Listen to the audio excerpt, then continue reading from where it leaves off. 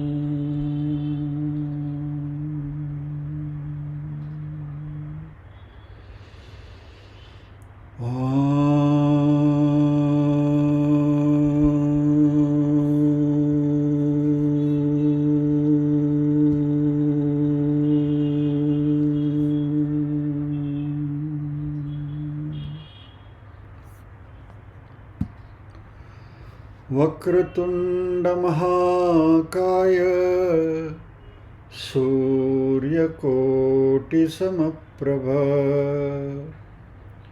निर्विघ्नं कुरु मे देव सर्वकार्येषु सर्वदा। या कुन्देन्दुतुषारहारधवला या शुभ्रवस्त्रावृता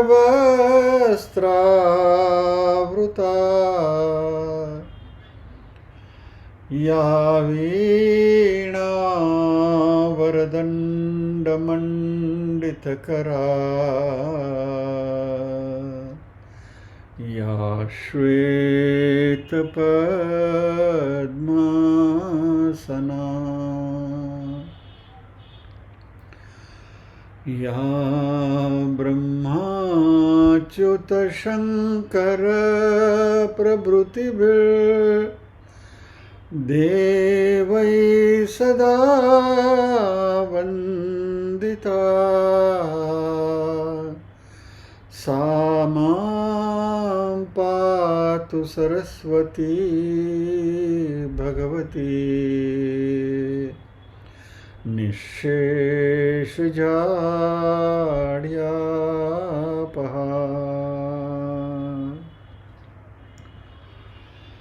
वसुदेवसुतं देवं कंसचाणूरमर्दनं देवकी परमानन्दं कृष्णं वन्दे जगद्गुरुम्।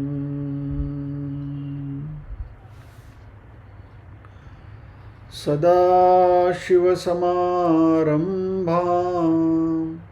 शङ्कराचार्यमध्यमाम् अस्मदाचार्यपर्यन्तां वन्दे गुरुपरम्पराम्।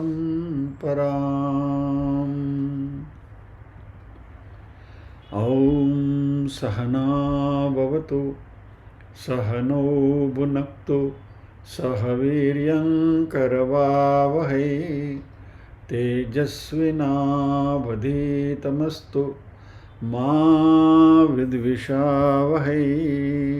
ॐ शान्ति शान्ति शान्तिः।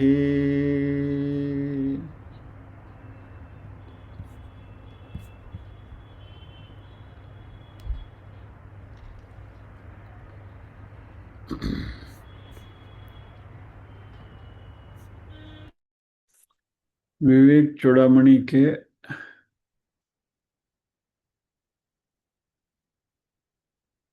रजोगुण के बारे में हम बात कर रहे हैं। इसमें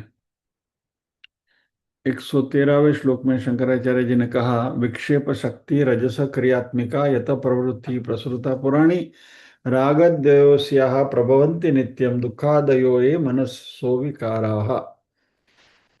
रजोगुण जो है वह राग और द्वेष का जनन करता है, विक्षेप शक्ति है माया की, और जो हमें एक्टिव बनाती है क्रियात्मिका।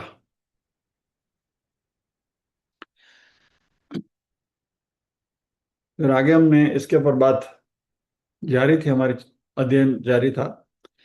काम क्रोधो लोभ दंभाद्यसूदा यस सॉरी काम क्रोधो लोभ दंभाद्यसूया अहंकारेष्यार्मत्सराद्यास्तु सॉरी सॉरी सॉरी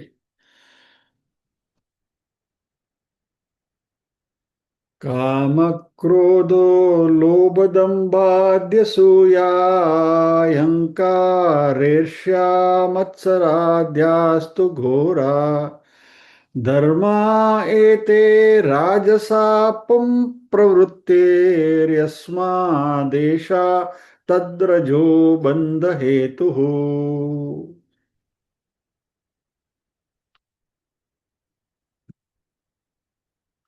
इसके ऊपर एक दृष्टिपात कर लेते हैं श्लोक के अर्थ के ऊपर।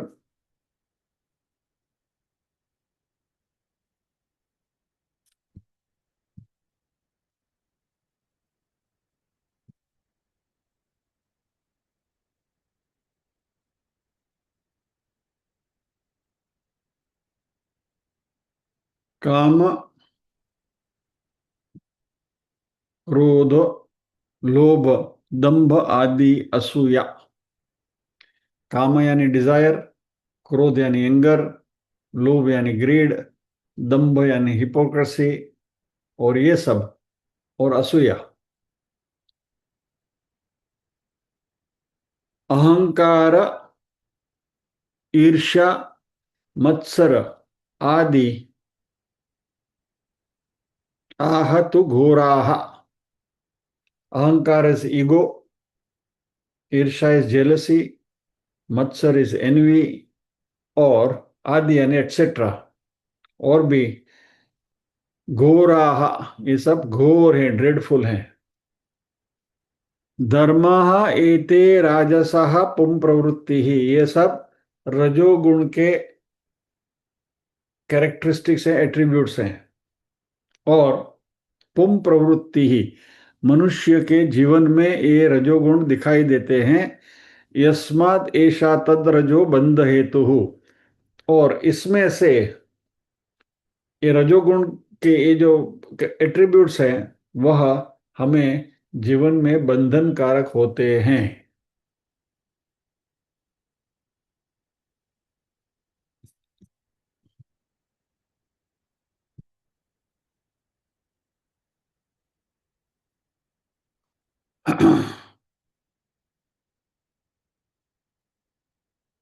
अगले श्लोक में हमने देखा था शंकराचार्य जी ने मात्र राग और द्वेष करके एटसेट्रा करके छोड़ दिया था। और लेकिन शंकराचार्य जी को पता था कि खाली राग द्वेष से बोलने से काम नहीं चलेगा, इसलिए उन्होंने इस श्लोक में इसको एलिब्रेट किया। और वो क्या है? काम क्रोध लोभ दंभ असूया अहंकार ईर्ष्या मत्सर, और ये सब घोर है, अनहेल्दी ट्रेट्स है। सबके अर्थ वैसे तो हमें पता है, काम यानी कामना, डिजायर्स ज्यादा चाहिए, जो मिला उससे ज्यादा चाहिए, दैट इज ग्रीड, लोभ। क्रोध के बारे में बताने की जरूरत नहीं है। और फिर दंभ, दंभ यानी दिखावा, पॉम्प एंड शो, शब्दों से या तो अपने एक्शन से बताना कि भाई मैं बड़ा हूं वगैरह वगैरह, ये दंभ है, जो नहीं है वो। भगवत गीता में भी आएगा अमानित्वम अदम्भित्वम वगैरह, तभी बात करेंगे उसकी।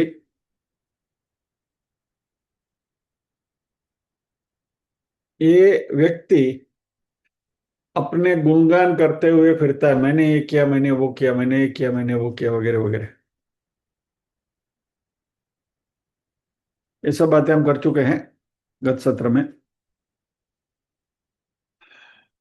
और इस तरीके से जब भी हम अपने ही सत्कर्मों के गुणगान करते हैं, तो उस सत्कर्मों से जो मिलने वाला पुण्य है, वो पुण्य का क्षय होता है।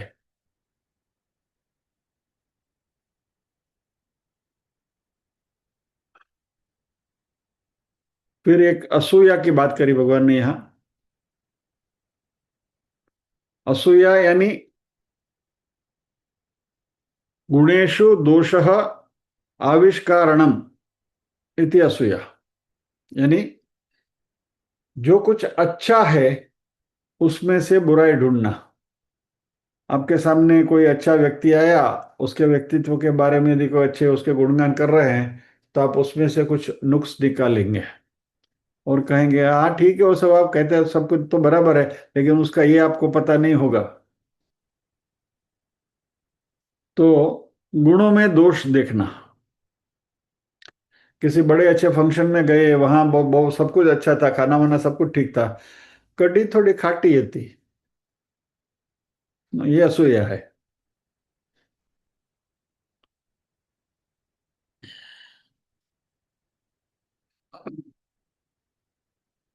भी हमारी प्रवृत्ति में से भी ये असूया ढूंढना है तो ढूंढ सकते हैं कि भाई हम ये भगवत गीता का या तो ये सब अध्ययन हम कर रहे हैं, ये हमारे आध्यात्मिक विकास के लिए है, वगैरह वगैरह। नहीं नहीं, कुछ तो उसमें सेल्फिश मोटिव होगा, बाकी कोई आदमी ऐसा तो काम फुकट में नहीं करेगा। क्या?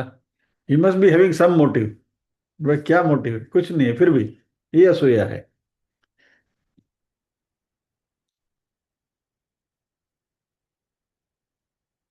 उनको चेले चपाटे बनाने होगा, लोग उनको नमस्कार करे वो अच्छा लगता होगा, इसलिए करते हैं, वगैरह कुछ भी बोल सकते हैं। यानी कोई भी अच्छी सत्प्रवृत्ति है, उसमें से दोष ढूंढना कोई बड़ी बात नहीं है। और ऐसे लोग जो हैं वो, ये असूया उनका ट्रेट है।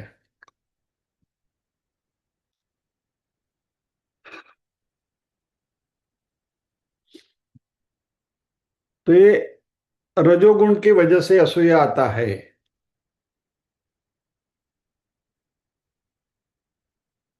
गुणेशु दोषः आविष्कारणम।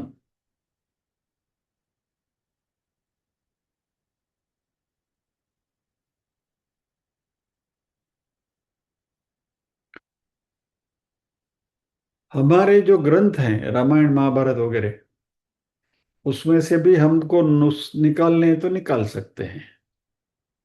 क्या? लेकिन वो नेगेटिविटी ढूंढने में जो अच्छाई है, उस अच्छाई को हम खो बैठते हैं।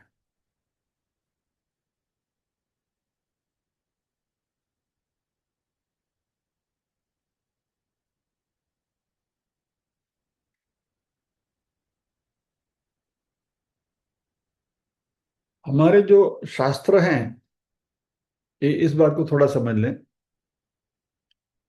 वह धर्म की बात करते हैं, और धर्मराजा युधिष्ठिर जो है, उनको एक बहुत पॉजिटिव फ्रेम में हमारे सामने रखते हैं।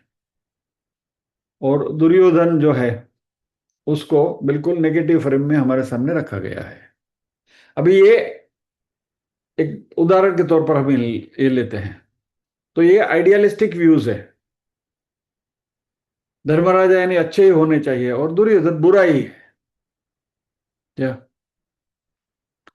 अभी इसमें ये बात हमें देखनी है कि इस संसार में कोई भी व्यक्ति संपूर्ण रीति से आइडियलिस्टिक नहीं होता, अच्छा भी नहीं होता, खराब भी नहीं होता। धर्मराजा अच्छे थे, लेकिन उनमें भी कुछ तो खामियां थी। दुर्योधन बुरा था, लेकिन उसमें कुछ अच्छाई भी थी, क्योंकि महाभारत में ये वर्णन आता है कि दुर्योधन के राज्य में प्रजा उसके दुखी नहीं थी, पीपल वर हैप्पी। स्वयं अधर्मी था वो बात अलग, वो स्वयं एक्सेप्ट करता था, लेकिन लोग वैसे देवर हैप्पी प्रोस्परस। क्या? और यदि हम आइडियलिस्टिक व्यू में किसी को देखने की कोशिश करेंगे तो उससे तकलीफ हमको ही होगी।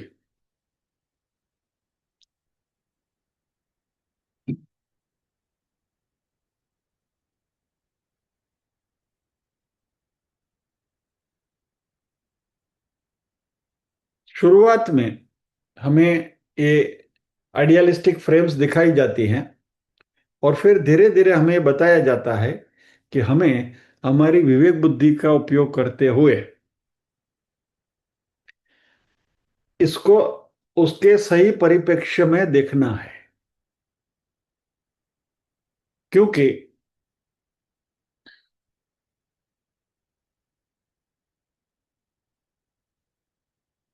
यदि हम आइडियलिस्टिक व्यू पर जाएंगे तो हम उनके जैसे बन नहीं सकते,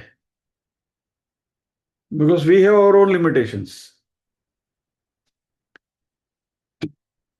तो क्या होगा कि हमारे मन में एक प्रकार की गिल्ट फीलिंग आएगी, एक प्रकार की डाइकोटोमी जिसको कहते हैं दोगलापन, कि ये कैसे हो सकता है। कृष्ण के बारे में, राम जी के बारे, राम जी ने सीता का त्याग क्यों किया, भगवान थे, परमात्मा थे, ये है वो है, why why should he do that. क्या अभी ये सब नुक्स निकालने वाले लोग हैं ही। कृष्ण के होते हुए अभिमन्यु का वध कैसे हो गया, हाँ हाँ, why did he allow it to happen. क्या जयद्रथ के लिए वो सूर्य को ढांक सकते थे तो क्या अभिमन्यु को नहीं बचा सकते थे क्या कृष्ण? तो फिर कृष्ण कौन से परमात्मा? ऐसी कोई बहुत सारी बातें हम बता सकते हैं। रामायण में भी हम देखें तो भाई कुंभकर्ण और विभीषण दोनों रावण के भाई थे, तो आप कुंभकर्ण की साइड से देखो तो उसको जस्टिफाई करेंगे, विभीषण की साइड से देखो तो उसको जस्टिफाई करेंगे। But nobody is perfect. तो इस सिचुएशन को हमें समझना है और उसमें से वी हैव टू ग्रो। यानी कि हमारी जो विवेक बुद्धि है, उस विवेक बुद्धि का उपयोग करते हुए उनमें से जो अच्छाइयां हैं, या तो जो है वैसा उसको देखने की शक्ति हमें डेवलप करनी चाहिए। दुर्योधन ये भी है, ये भी है, कृष्ण ये भी है, ये भी है, राम ये भी है, ये भी है। So let us accept them as they are, rather than trying to ideal idealistic frame में उनको देखने देखने के बजाय। और ये बात हमें यहां इसलिए कही जा रही है, ये असूया के बारे में, कि हमारे में जो ये वृत्ति है अच्छाई में बुराई ढूंढने की, बुराई में अच्छाई तो कोई ढूंढेगा ही नहीं। क्या किधर?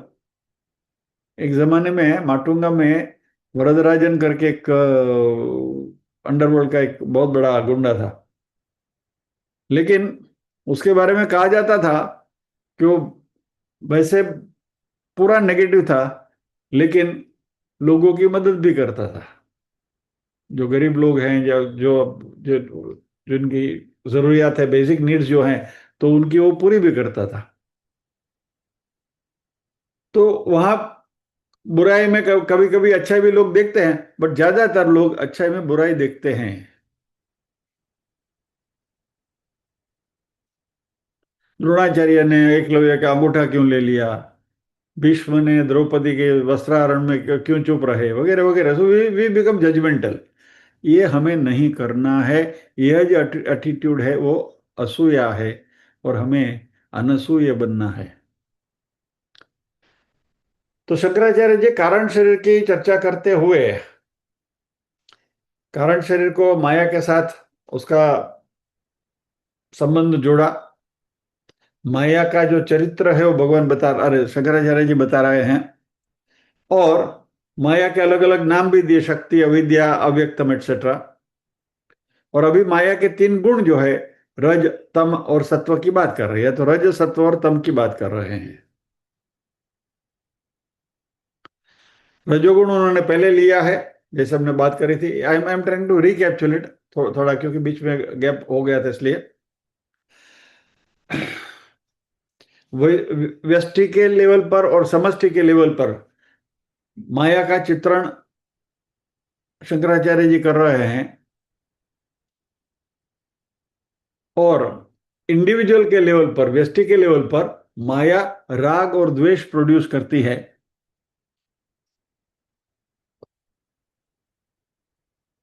और मनुष्य को क्रिया शक्ति भी प्रदान करती है।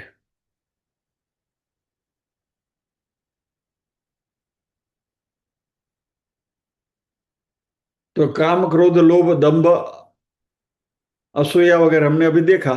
उसके अलावा और भी कहा है अहंकार ईर्ष्या और मत्सर। अहंकार यानी प्राइड, गर्व, सुपीरियरिटी कॉम्प्लेक्स। मैं बड़ा हूं, I am something, I am, अहंकार आपको मालूम है। इसके बारे में कुछ ज्यादा चर्चा करने की जरूरत नहीं है। फिर ईर्ष्या। ईर्ष्या इज प्रोत्कर्षम दृष्ट्वा जायमानः संतापः। दूसरों का उत्कर्ष देखकर जिसमें संताप होता है, इस वृत्ति को ईर्ष्या कहते हैं।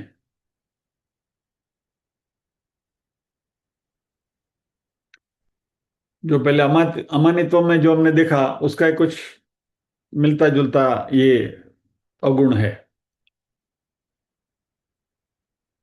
मनुष्य का नेचर ऐसा है, पता नहीं क्यों भगवान ने ऐसा बनाया है, लेकिन किसी को भी अपने से अच्छा हम जल्दी देख नहीं सकते, एक्सेप्ट नहीं कर सकते, अनलेस कहीं और से उसको सर्टिफिकेट मिले। क्या? तब तक नो।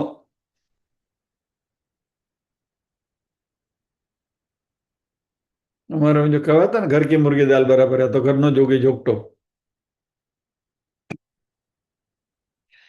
कोई भी व्यक्ति हमसे अच्छा हो सकता है, ये जल्दी स्वीकार करने में हमें बहुत तकलीफ होती है। लेकिन जब दुनिया उसको अच्छा कहने लगे तो फिर हम भी उसके साथ ढोल बजाने लगते हैं। तब तक नहीं। इससे मिलती जुलती एक कहावत और भी है गुजराती में, नाना मीना नो नाथियो नाने ना था लाल। नहीं, तो ये जो ईर्ष्या है, दूसरों की अच्छाई को स्वीकार करने में तकलीफ होना, संताप होना,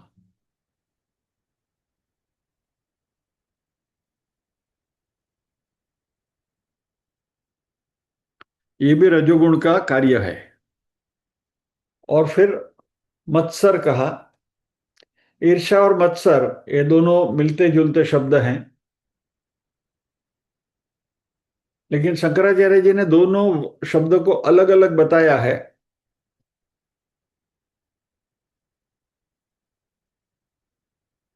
और रिपीटेशन तो ये बड़े लोग करते नहीं हैं, पुनरावृत्ति तो दोष मानते हैं। तो ईर्ष्या शब्द का भी प्रयोग किया, मत्सर का भी प्रयोग किया, तो उसके पीछे कुछ और भी इरादा हो सकता है। तो मत्सर की एक दूसरी डेफिनेशन है कृपणता, माइजरलीनेस।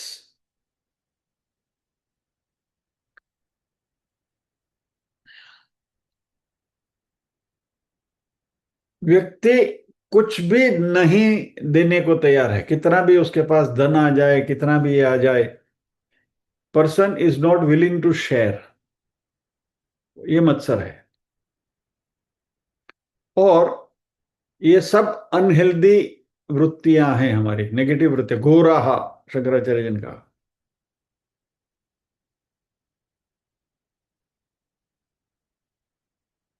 लेकिन इसमें भी ये रजोगुण की वजह से ही व्यक्ति कार्यशील भी बनता है।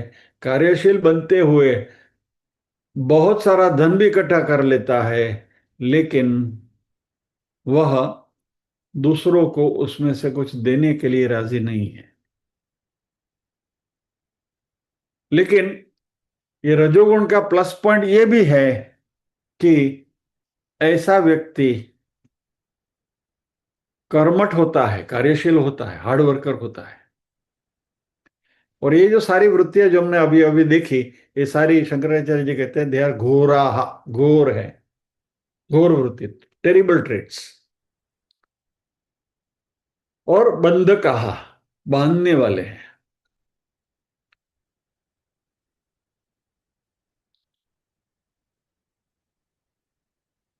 ऐसा कर्मठ व्यक्ति या तो कर्मशील व्यक्ति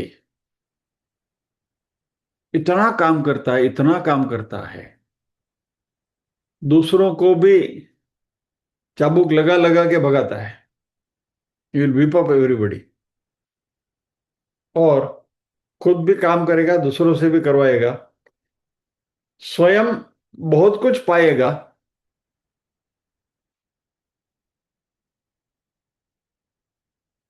और यह जो बहुत कुछ पाने की या तो बहुत कुछ काम करने की जो वृत्ति है, वह उसकी वीकनेस भी बन सकती है।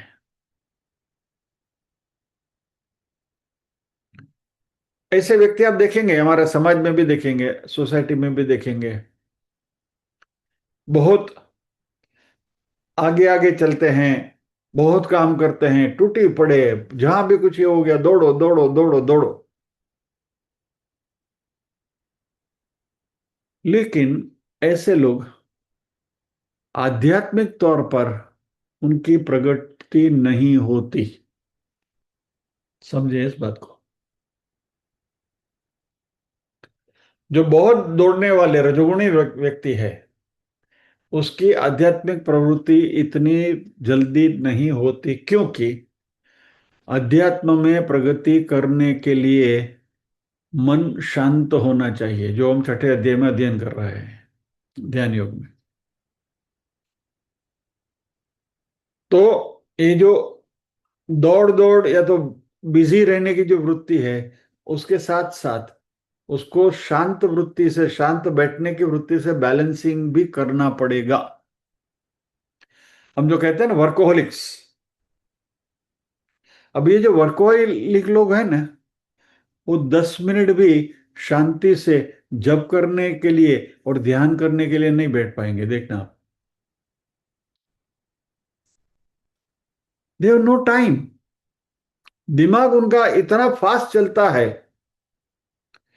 कि ध्यान के लिए या तो वेदांत के अध्ययन के लिए वो नहीं बैठ सकते हैं, क्योंकि उनके मन में सतत ये विचार चलते रहते हैं कि मैं क्या करूं, अभी आगे क्या करूं, what should I do next, what should I do next, ये प्रोजेक्ट वो प्रोजेक्ट, ये अकम्पलिशमेंट वो अकम्पलिशमेंट, मुझे ये पाना है वो पाना है, ये खत्म करना है, ये पूरा करना है।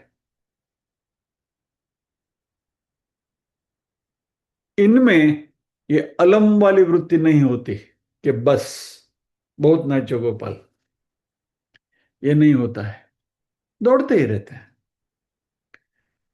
मेरे ही एक्वेंटेंस में एक भाई साहब है, इज 83 नाउ, 83 साल की उनकी उम्र है। परमात्मा की कृपा से काफी उनकी तबीयत भी अच्छी है, हेल्दी है, लेकिन एक्टिव इतने हैं, न तो खुद शांति से बैठते हैं, न तो दूसरों को बैठने देते हैं। दौड़ो दौड़ो दौड़ो दौड़ो।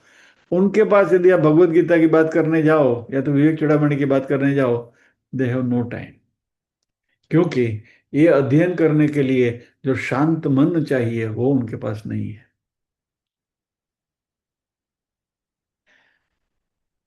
ऐसे व्यक्ति कोई धार्मिक संस्था के साथ भी जुड़े रहेंगे ना, तो वहां भी वो कैसे डिपार्टमेंट में काम करेंगे, जहां अन्नदान की प्रवृत्ति चलती है, या तो जहां थोड़ा शोर बकोर की प्रवृत्ति चलती है। वो भजन भी गाएंगे तो ऐसे भजन चुनेंगे कि जिसमें झिंचिक झिंचिक ज्यादा है, शांति वाला भजन वो पसंद नहीं करेंगे,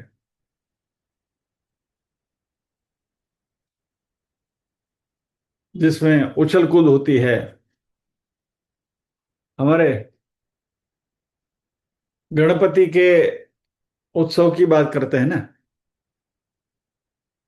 गणपति के उत्सव में आपको सिवा शुरुआत में जो पूजा और आरती होती है, वो 10 मिनट को छोड़कर आपको वहां सत्व गुण दिखाई नहीं देगा।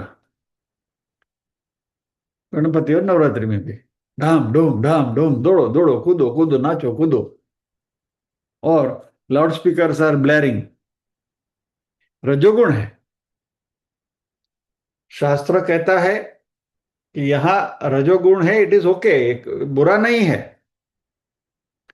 गणपति जी को गणपति उत्सव में या तो माता जी को नवरात्रि में सामने रखकर कुछ अच्छा कर रहे हैं क्या, लेकिन उनको क्रिया शक्ति से ज्ञान शक्ति में ट्रांसफॉर्म होने को टाइम लगेगा। जो इस तरीके से दौड़ दौड़ दौड़ दौड़ करते हैं वो शांति से बैठ नहीं सकते।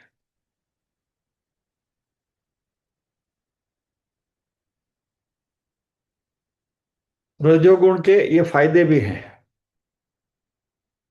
लेकिन शंकराचार्य जी यहाँ रजोगुण से उत्पन्न जो भी ट्रेट्स हैं उनको घोराहा कहते हैं। रजोगुण की जो नेगेटिव पहलू है उसी को शंकराचार्य जी यहाँ डिसएडवांटेज को ही उजागर कर रहे हैं, हाईलाइट कर रहे हैं। शंकराचार्य जी ये क्यों कर रहे हैं, ये सारी वृत्तियों को घोराहा क्यों कर रहे हैं, खास करके ये जो एक्टिविटी है रजोगुण की? क्या शंकराचार्य जी को उसके जो फायदे हैं उसके बारे में पता नहीं है क्या? लेकिन यहाँ इस विवेक चूड़ामणि के ग्रंथ में शंकराचार्य जी को इसके बारे में बात नहीं करनी है, क्योंकि विवेक चूड़ामणि मोक्ष शास्त्र है। यदि हमें राष्ट्र उत्थान की बात करनी है, राष्ट्र के बढ़ोतरी के लिए बात करें, समाज के उत्थान की बात करनी है, या तो मान लीजिए कि हमारे खिलाड़ी हैं उनको ओलंपिक के लेवल को पे तैयार करने की बात करनी है, तो वहां रजोगुण की जरूरत है। ये बात कठोपनिषद के श्लोक को उद्धृत करते हुए स्वामी विवेकानंद ने भी करी थी। उत्तिष्ठ जागृत प्राप्य वरान निबोधत। उसमें जो उत्तिष्ठ जागृत जो है वो रजोगुण है, उठो जागो। यानी उस समय विवेकानंद हमारे देश के युवा को आह्वान कर रहे थे कि अपनी जो सोई हुई वृत्ति है, स्लंबर जो है, उसमें से जागो और राष्ट्र निर्माण के कार्य में लग जाओ, उत्तिष्ठ जागृत। लेकिन साथ साथ उन्होंने ये भी कहा कि वरान निबोधत, प्राप्य वरान निबोधत, यानी उठो भी, जागो भी, और सदगुरु के पास भी जाओ।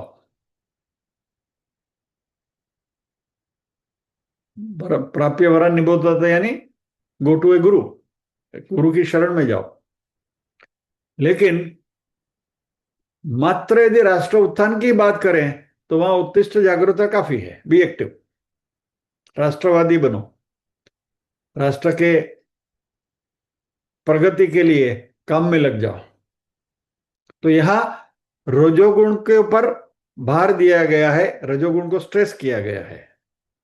लेकिन दोबारा मैं यहां रिपीट करता हूं, विवेक चूड़ामणि क्योंकि मोक्ष शास्त्र है, इसलिए शंकराचार्य जी ने इस रजोगुण को घोर कहा है। तो इस श्लोक को आउट ऑफ कॉन्टेक्स्ट कोट नहीं करना चाहिए।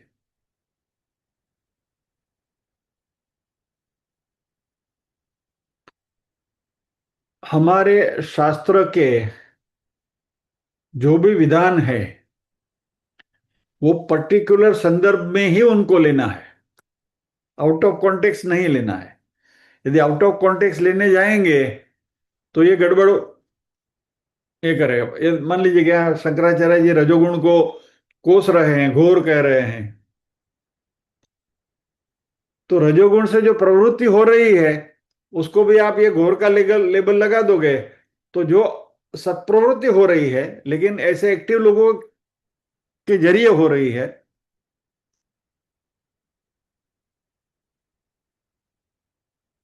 ये नहीं होते तो वो प्रवृत्ति भी नहीं हो सकती, क्योंकि ऐसे लोगों की जरूरत भी होती है सत्प्रवृत्ति में। तो यदि घोराहा करके उनको हम कोसते रहें तो प्रवृत्ति बंद हो जाएगी। तो शास्त्र के जो भी प्रत्येक मंत्र जो है वो अपने अपने संदर्भ में, अपने अपने कॉन्टेक्स्ट में उसको लेना चाहिए। और इसलिए रजोगुण राष्ट्र उत्थान के लिए या तो राष्ट्र की प्रवृत्ति के लिए जरूरी है। हमारे प्रधानमंत्री इस रजोगुण से ही प्रेरित हैं। कितने दौड़ते हैं, कितने राष्ट्रों में प्रवास करते हैं, दिन में 18-20 घंटा काम करते हैं, खुद भी करते हैं, दूसरों से भी करवाते हैं। क्या? तो रजोगुण जो है वह, जो हमारे युवा जो अपना करियर बना रहे हैं उनके लिए अच्छा है। क्षत्रिय और वैश्य के लिए रजोगुण जरूरी है। क्षत्रिय को तो ये कर्तव्य अपना निभाना ही है। मान मान लीजिए कि क्षत्रिय यानी हमारे सरहद पे हमारे जो सिपाही हैं, अभी उनको आप जाके रजोगुण घोर है ऐसा नहीं कह सकते।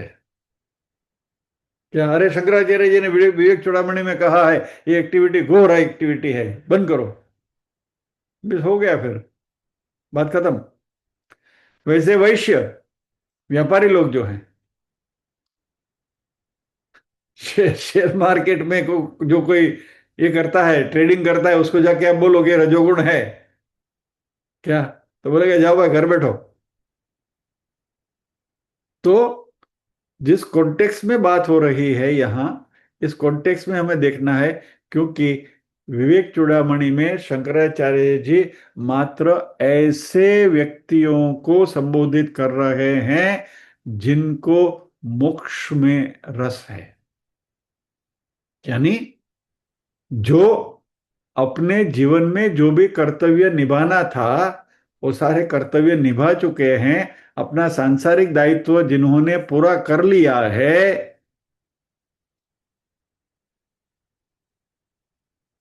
अभी तक आप रजोगुण प्रधान थे, स्वीकार्या, समझे। और अभी शंकराचार्य जी ऐसे लोगों को परिवर्तित करने की बात कर रहे हैं कि भैया आपने जीवन में काफी किया, बहुत दौड़े, काफी ट्रैवलिंग किया, इधर गए उधर गए, समाज की भी सेवा करी, नाउ इट इज इनफ। अंग्रेजी में कहा होता है हैंग द बुट। क्या? क्योंकि अभी आप बूढ़े नहीं, वृद्ध हो रहे हैं। और इस मोक्ष शास्त्र के कॉन्टेक्स्ट में, इसके संदर्भ में रजोगुण को शंकराचार्य जी घोर कहते हैं कि अभी वो दौड़ा दौड़ी बंद करो, शांति से बैठो। वैसे जो सत्व है उसको सत्व संत वृत्ति, शंकराचार्य जी आगे आएगा वो। रज को घोर कहते हैं और तम को मूढ़ वृत्ति भी कहा। ये तीनों के बारे में हमें चर्चा करने में, रज की बात हम कर रहे हैं।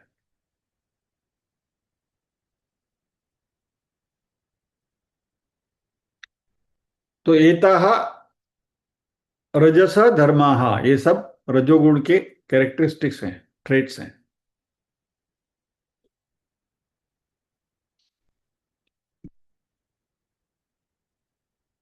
श्लोक के ऊपर एक बार दृष्टि कर लेते हैं, फिर थोड़ा आगे बढ़ते हैं। तो काम, क्रोध, लोभ, दंभ, असूया, अहंकार, ईर्ष्या, मत्सर आद्यास्तु घोराहा, ये सब घोर हैं। धर्मा एते राजसाः पुं प्रवृत्ति, यस्मात् एषा तद रजो बंध हेतु। ये रजोगुण के धर्म है।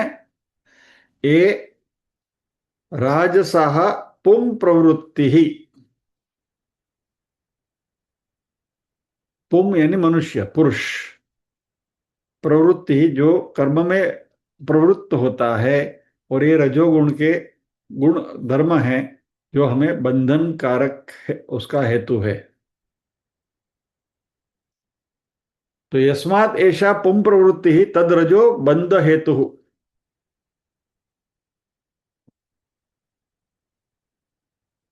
दिस क्रिएट्स बॉन्डेज, बंधन।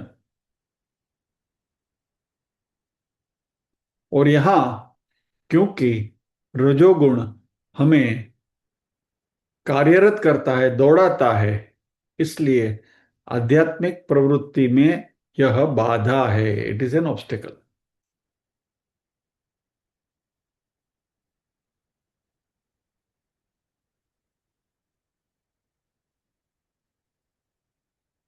तो किसी आलसी समाज जो है, तो ऐसे लोग हैं, आलसी लोगों की टोली है, या तो where there are lazy people, तो वहां आप जाकर रजोगुण का गुणगान गाएंगे। यू विल टू ग्लोरीफाई रजोगुण अमंग द लेजी पीपल, क्योंकि उनको हमें कार्यरत करना है, उनको एक्टिवेट करना है।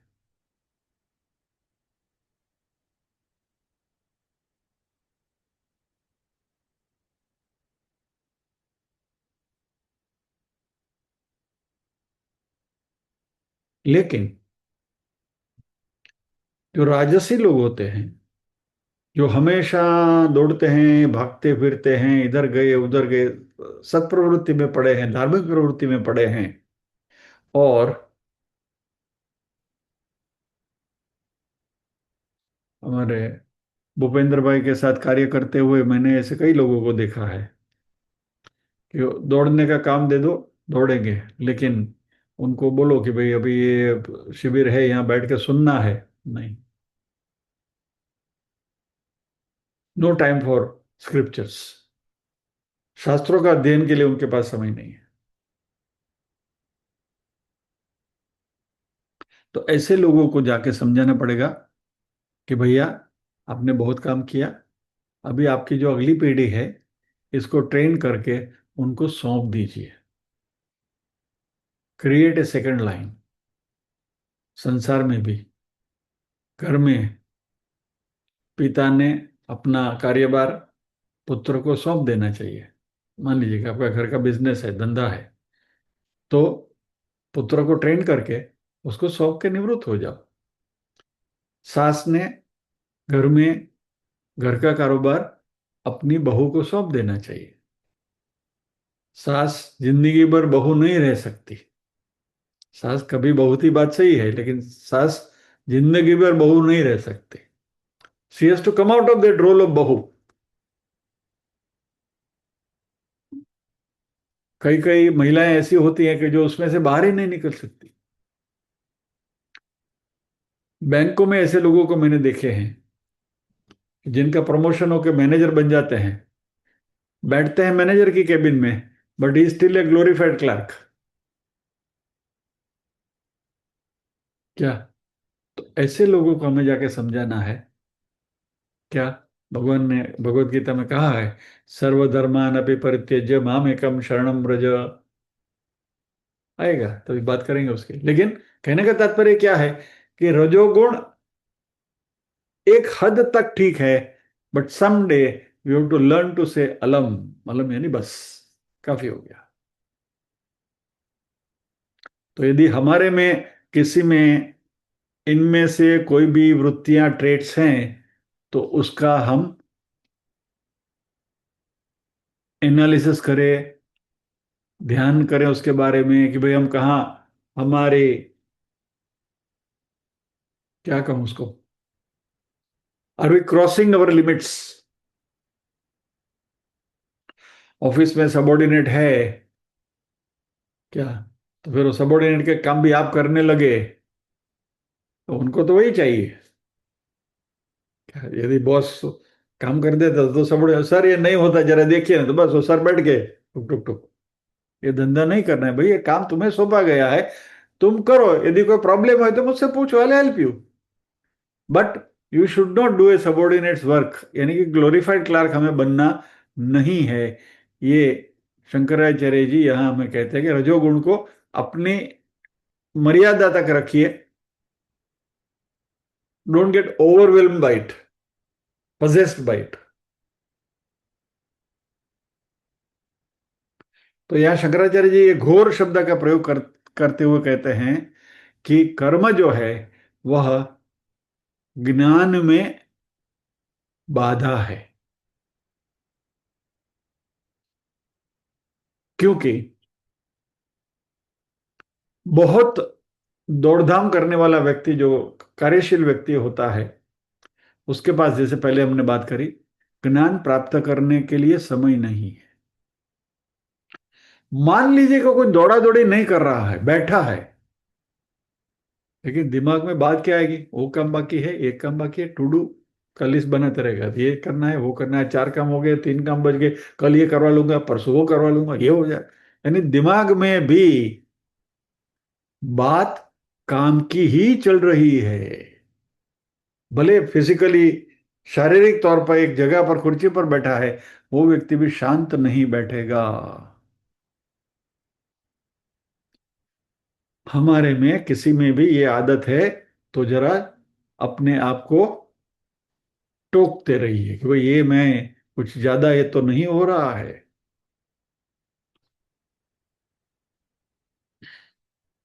क्योंकि कर्म जो है वह हमें भौतिक सामग्री दिलाता है, लेकिन वही कर्म हमारी आध्यात्मिक प्रगति में रुकावट भी है। तो रजोगुण सांसारिक प्रवृत्ति के लिए, भौतिक साधन सामग्री जुटाने के लिए निहायत ही जरूरी है। इट इज अ मस्ट, काम करना है। लेकिन जब हम अध्यात्म के लेवल पर आते हैं, तभी वही रजोगुण हमारा दुश्मन बन जाता है। यस्मात, जिसमें से पुम प्रवृत्ति ही, रजोगुण से मनुष्य की सभी प्रवृत्तियां उसमें से उद्भवित होती है। This activities the mushroom from रजोगुण।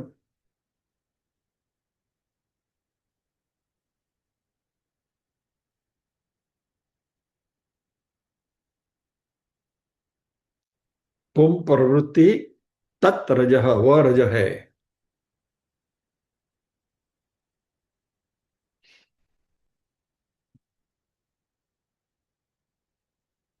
हमारे जो 4 वर्णाश्रम की रचना करी गई है, ब्रह्मचर्य, गृहस्थ, वानप्रस्थ और संन्यास। तो ब्रह्मचर्य आश्रम में बच्चों को शास्त्रों का अध्ययन सिखाया जाता है। उनमें सत्व भी होता है, रज भी होता है, कुछ हद तक तम भी होता है, क्योंकि मस्तीखोर भी होते हैं। बराबर।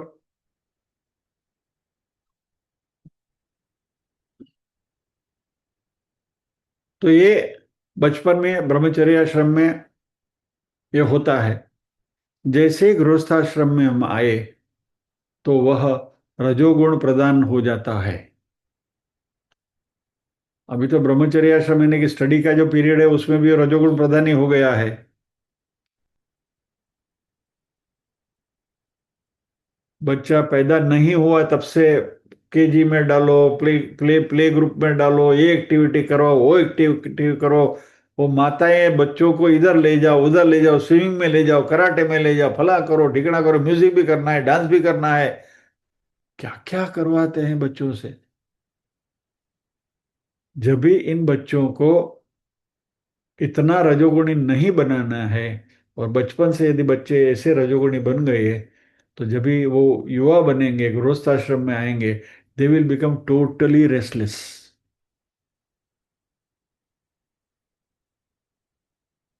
और इसका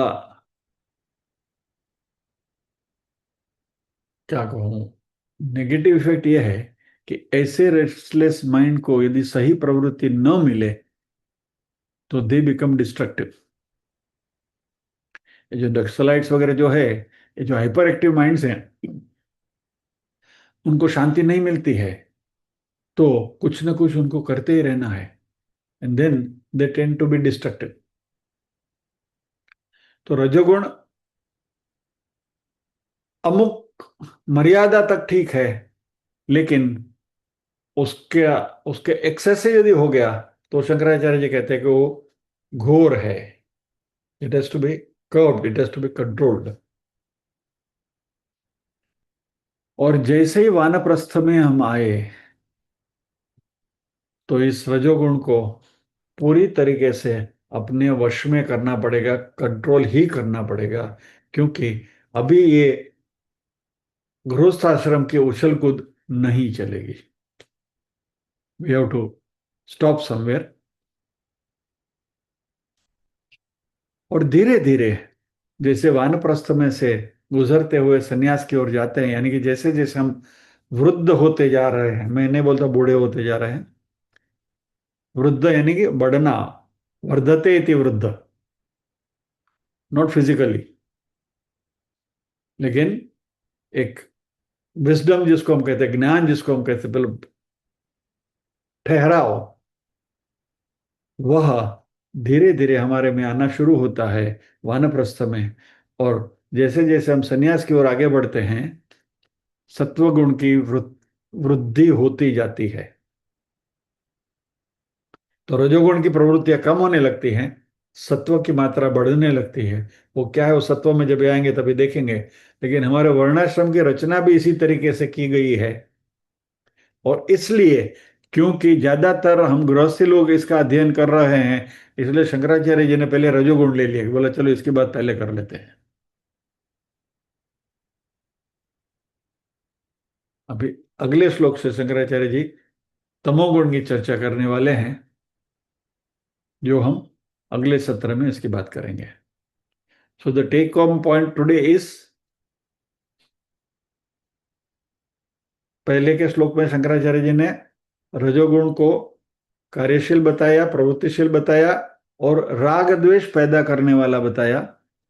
और ये राग द्वेष में से वापस एलिबरेट करते हुए बाकी सारी बातें बताई, काम क्रोध लोभ मोह मद मत्सर वगैरह वगैरह वगैरह, असूया वगैरह, जो भी सारी बातें अभी हमने देखी, ये सब रजोगुण से उत्पन्न होते हैं। वो सभी के फायदे भी हैं, नुकसान भी हैं। आप काम को भी देख लो, क्रोध को भी देख लो, they all have positive sides. काम यानी डिजायर, डिजायर की पॉजिटिव साइड क्या है कि यदि डिजायर की पॉजिटिव साइड नहीं होती तो हम लोग जो यहाँ बैठे सारे लोग जो हम संपन्न है वो संपन्न नहीं होते, रुचाली में पड़े रहते होते। तो डिजायर, कामना जरूरी है डेवलपमेंट के लिए। तो काम क्रोध, क्रोध भी कभी कभी जरूरी है, बच्चे को डांटना पड़ता है, क्रोध करना पड़ता है, तो that is a positive side of it.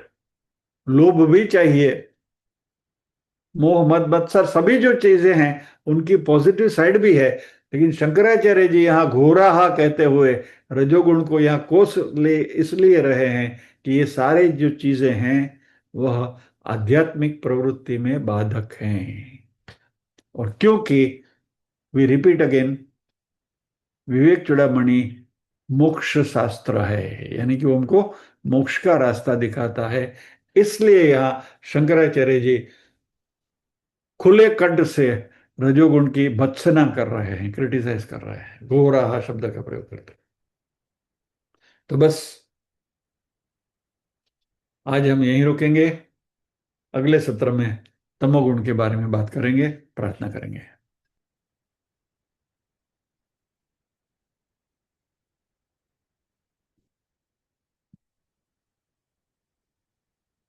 ओम असतो मा सद्गमय, तमसो मा ज्योतिर्गमय, मृत्योर्मा अमृतंगमय। सर्वेषां स्वस्तिर्भवतु, सर्वेषां शांतिर्भवतु, सर्वेषां मंगलं भवतु, सर्वेषां पूर्णं भवतु। लोका समस्ताः सुखिनो भवन्तु, लोका समस्ताः सुखिनो भवन्तु।